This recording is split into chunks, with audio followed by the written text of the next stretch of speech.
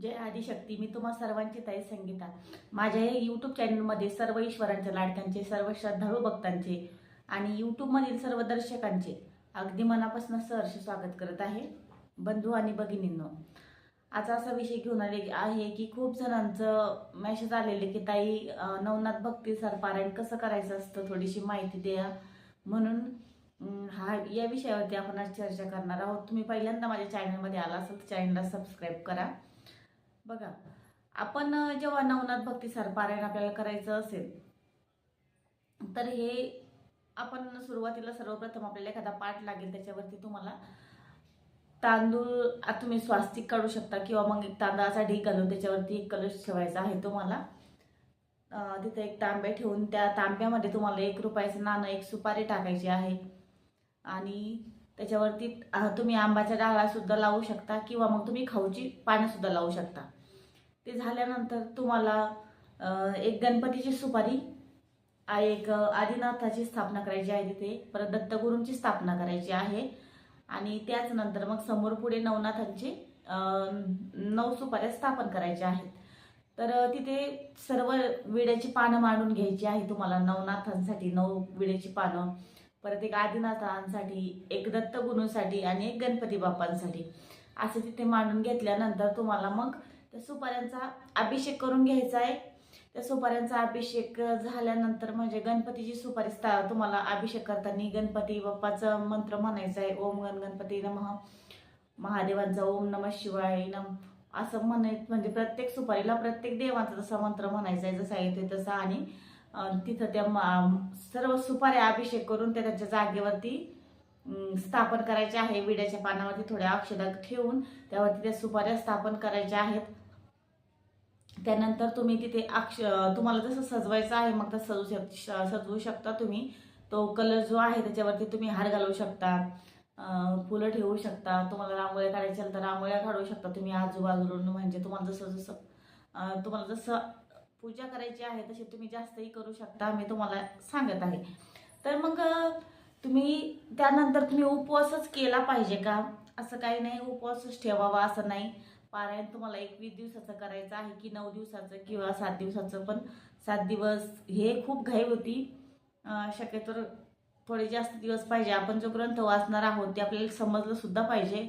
नुसतं वाचून काय ते समजलं पाहिजे. म्हणून तुमच्याकडनं होईल तेवढा संकल्प करा, कारण की व्यवस्थित तुम्हाला समजला पाहिजे, नाहीतर मग लई घाई होते. संकल्प करायचा आहे तुम्हाला, संकल्प सोडायचा आहे तुम्हाला तिथेच नाथांच्या पायांपाशी तुम्हाला संकल्प सोडायचा आहे की तुम्ही नवनाथ भक्तीसार पारायणाचं हे ग्रंथाचं पारायण तुम्ही का करताय, तर तुम्हाला त्याचा उद्देश पाठीमागचा सांगायचा आहे आणि ते पारायण तुम्हाला तिथे संकल्प सोडून द्यायचा आहे. त्यानंतर तुम्हाला घोंगडीचं आसन लागेल. घोंगडीच्या आसनावरती तुम्ही बसून मग नंतर तुम्हाला आपल्या म्हणजे आपली कुलस्वामिनी, कुलदैवत, इष्टदेवता, ग्रामदेवता, आराध्य देवता अशा सर्व देवतांना नमस्कार करायचा आहे. आणि त्याच नंतर मग मनातल्या मनात आई वडिलांना स्मरण करून मग तिथं तुम्हाला पारायणाला चालू करायचं आहे. तर तुम्हाला हे सगळ्यांचं स्मरण करून झालं की तुम्हाला थोडा वेळ दत्त महाराजांचं पण स्मरण करायचं आहे. थोडा वेळ आपल्या आदिनाथांचं पण स्मरण करायचं आहे. आदिनाथ म्हणजे महादेव. आणि ते झाल्यानंतर तुम्हाला तिथे एक मंत्र म्हणायचा आहे. गोरक्ष जालिंदर चरपटाक्ष अडभंग कानिप मच्छिंदर आद्या चौरंगी रेवनक भरतरी सौम्या भूम्यांबभूर नवनाथ सिद्ध हा मंत्र आहे. तो त्या पुस्तकामध्ये किंवा त्या ग्रंथामध्ये तो मंत्र आहे. तो मंत्र तुम्हाला तिथे म्हणायचा आहे. मग किती वेळा म्हणायचा आहे तर तुम्ही 108 वेळा म्हणून घ्यावा. आणि तो मंत्र म्हटल्यानंतर मग तुम्हाला पारायणाला चालू करायचं आहे. मग हे पारायण करताना ब्रह्मचर्य पालन असावं. उपवास करायचा का नाही तसं मी सांगितलं की तुमच्यावरती अवलंबून असतं. उपवास जबरदस्ती नाही आहे की तुम्हाला करायचं असेल तर तुम्ही ठेवा उपवास, नाही ठेवला तरी चालेल. आपण जेव्हा पारायण करतो त्या पारायण काळामध्ये बऱ्याच वेळा तुम्ही ऐकलं असेल कुणाच्याही तोंडातनं की मौन व्रत धरावं, मौन व्रत पाळावं. म्हणजेच की हे कुणी टिंगल उडवतं, कुणाची कुणाला नावे ठेवणं, कुणाला अपशब्द बोलणं ह्या गोष्टी झाल्या नाही पाहिजे. जर ह्या गोष्टी होत असेल तुमच्याकडनं तर मला तर म्हणायचं आहे की तुम्ही मग डायरेक्टच मौन व्रत ठेवा. शक्यतो कमीच बोलावं आणि नाही मौन व्रत ठेवण्याचं कारण हेच की कुणाला अपशब्द बोलू नये. आपल्याकडनं चुकीचं कुणाला बोलता आपणच आपलं म्हणजे आपल्याकडनं कुणाचं मन नाही दुखवलं पाहिजे.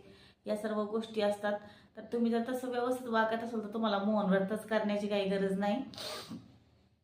हे झाल्यानंतर तुम्हाला हे मासिक धर्म लेडीज करणार असेल तर ते सर्व बघूनच करावं आणि ते सर्व बघूनच करणार मला माहिती आहे. पण एखाद्या वेळेस कसं होतं अचानक जर कुणाची डिलिव्हरी झाली तुमच्या घरामध्ये विटाला आलाय असं काही झालं तर तुम्हाला ते पारायण उचलून टाकायचं आहे का? तर नाही, लहान मुलांच्या हाताने सुद्धा ते पारायण पूर्ण करून घ्या. असं काही उचलून बिचलून टाकू नका. आणि हे सर्व झाल्यानंतर तुम्हाला म्हणजे ह्या सर्व गोष्टी ज्या आहेत तर तुम्हाला जर तुमच्या घरामध्ये कलह होत आहे, तुमच्या घरामध्ये भांडणं, चिडचिडेपणा, आजारपण सतत जर येत असेल त्यासाठी तुम्ही जर पारायण करत असाल ना तर मग तिथे नवनाथांच्या पुढे तुम्हाला थोड्याशा अक्षता तिथे ठेवायच्या आहेत. त्यामध्ये थोडा अष्टगंध टाकून त्या अक्षता 9 दिवस म्हणजे सॉरी तुम्हाला जेवढे दिवस पारायण तुमचं समाप्ती होत नाही तेवढे दिवस शेवटपर्यंत त्या अक्षता तिथे ठेवायच्या आहेत. त्या अक्षता तिथे पारायण संपल्यानंतर त्या अक्षता तुम्हाला घरभर पसरून टाकायच्या आहेत किंवा घराच्या चारही बाजूने तुम्हाला त्या अक्षता टाकायच्या आहेत.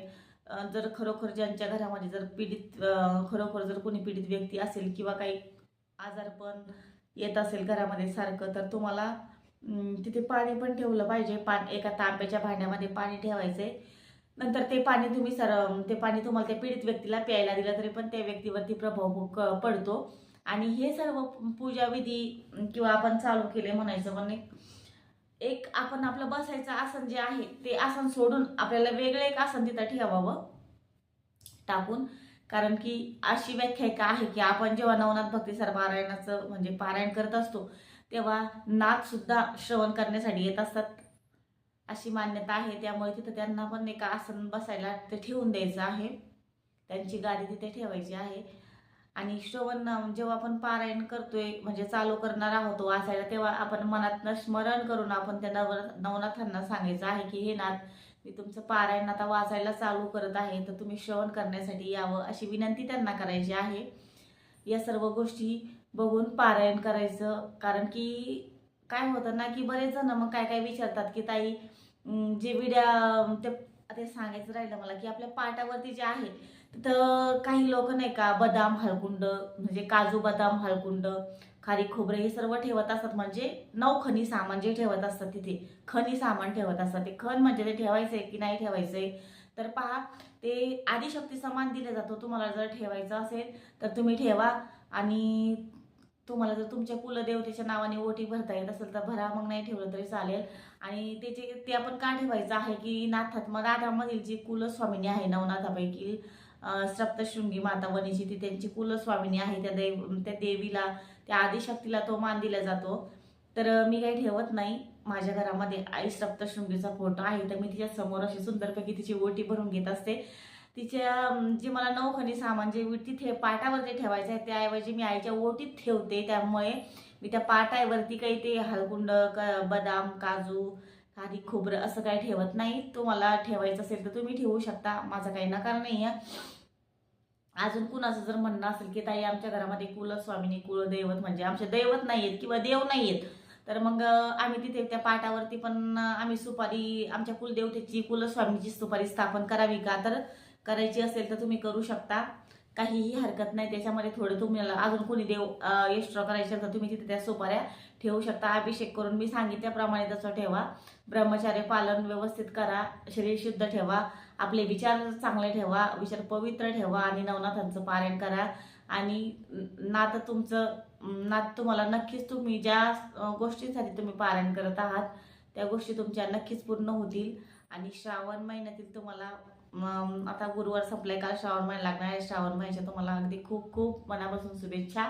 तुमचं पारायण खूप छान हो. पारायण झाल्यानंतर तुम्ही नक्की मला कमेंट करून सांगायचं आहे तुम्हाला कसं वाटतं आणि आजचा व्हिडिओ कसा वाटला. आता तुम्हाला व्हिडिओ कसा वाटला तर कमेंट करून नक्की सांगायचं आहे. आणि व्हिडिओ जर माझा आवडला असेल तर माझ्या व्हिडिओला लाईक करा आणि शेअर करा. जय आदिशक्ती. ओम नमो आदेश.